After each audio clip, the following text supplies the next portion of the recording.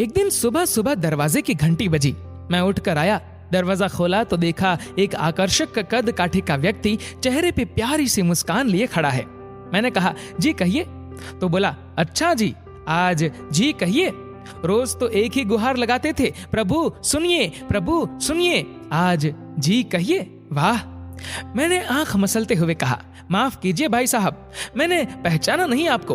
तो कहने लगे, भाई साहब नहीं, मैं वो हूं जिसने तुम्हें साहब बनाया है। अरे ईश्वर हूं, ईश्वर। तुम हमेशा कहते थे ना, नजर में बसे हो पर नजर नहीं आते। लो आ गया, अब आज पूरा दिन तुम्हारे साथ ही रहूंगा। मैंने चिढ़ते हुए कहा, ये क्या मजाक है? अरे मजाक नहीं है, सच है। सिर्फ तुम्हें ही नजर आऊंगा, तुम्हारे सिवा कोई देख या सुन नहीं पाएगा मुझे। कुछ कहता उसके पहले ही पीछे से माँ आ गई। ये अकेला खड़ा खड़ा क्या कर रहा है? यहाँ चाय तैयार है, चल आजा अंदर। अब उनकी बातों पे थोड़ा बहुत यकीन होने लगा था और मन में थोड़ा सा डर भी था। मैं जाकर सोफे पे बैठा ही था तो बगल में वो आकर बैठ गए। चाय आते ही जैसे ही पहला घूंट पिया, गुस्से से चिल्लाया, यार ये चीनी कम नहीं डाल सकते हो क्या आप? इतना कहते ही ध्यान आया, अगर ये सचमुच में ईश्वर है तो इन्हें कतई पसंद नहीं आएगा कोई अपनी माँ पे गुस्सा करे। अपने मन को शांत किया और समझा भी दिया कि भाई तुम नजर में हो आज, जरा ध्यान से। बस फिर मैं जहां जहां वो मेरे पीछे पीछे पूरे घर में। थोड़ी देर बाद नहाने के लिए जैसे ही मैं बाथरूम की तरफ चला तो उन्होंने भी कदम बढ़ा दिए। मैंने कहा, प्रभु यहाँ तो बख्श दो।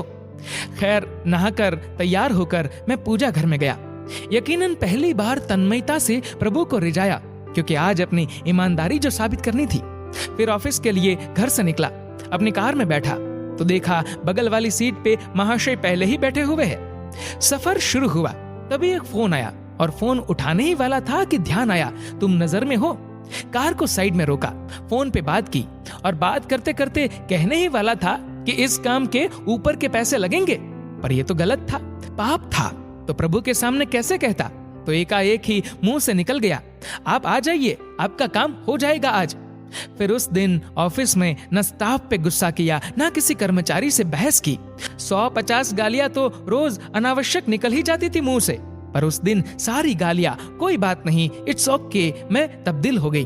वो पहला दिन था जब क्रोध, घमंड, किसी की बुराई, लालच, अपशब्द, बेईमानी, झूठ, ये सब मेरी दिनचर्या का हिस्सा नहीं बने। शाम को ऑफिस से निकला, कार में बैठा तो बगल में बैठे ईश्वर को बोल ही दिया, प्रभु सीट बेल्ट लगा लो, कुछ नियम तो आप भी निभाओ। उनके चेहरे पे संतोष भरी मुस्कान थी।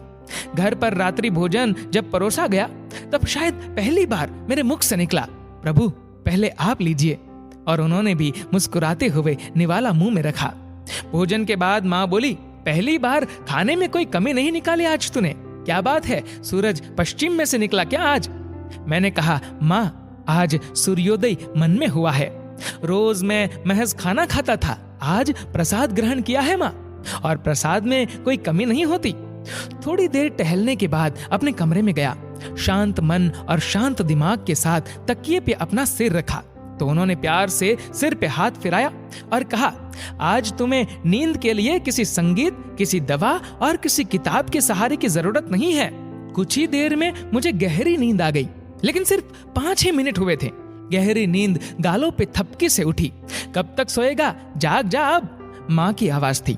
सपना था शायद, हाँ सपना ही था, पर नींद से जगा गया। अब समझ आ गया उसका इशारा, तुम नजर में हो, जरा संभलना। दोस्तों, जिंदगी में जब भी कोई बुरा करने का विचार आए तो हमेशा याद रखना भगवान की कही ये एक बात कि जरा संभलना, तुम नजर में हो। दोस्तों, इस वीडियो को लेकर आपकी क्या राय है नीचे कमेंट करके जरूर बताएगा। और अगर आपको ये वीडियो अच्छा लगा हो तो इस वीडियो को लाइक करेगा, शेयर करेगा ज्यादा से ज्यादा लोगों तक, और ऐसे ही और भी इंस्पिरेशनल वीडियोस के लिए सब्सक्राइब करें हमारे यूट्यूब चैनल को और फेसबुक पर फॉलो करें हमारे पेज को। धन्यवाद।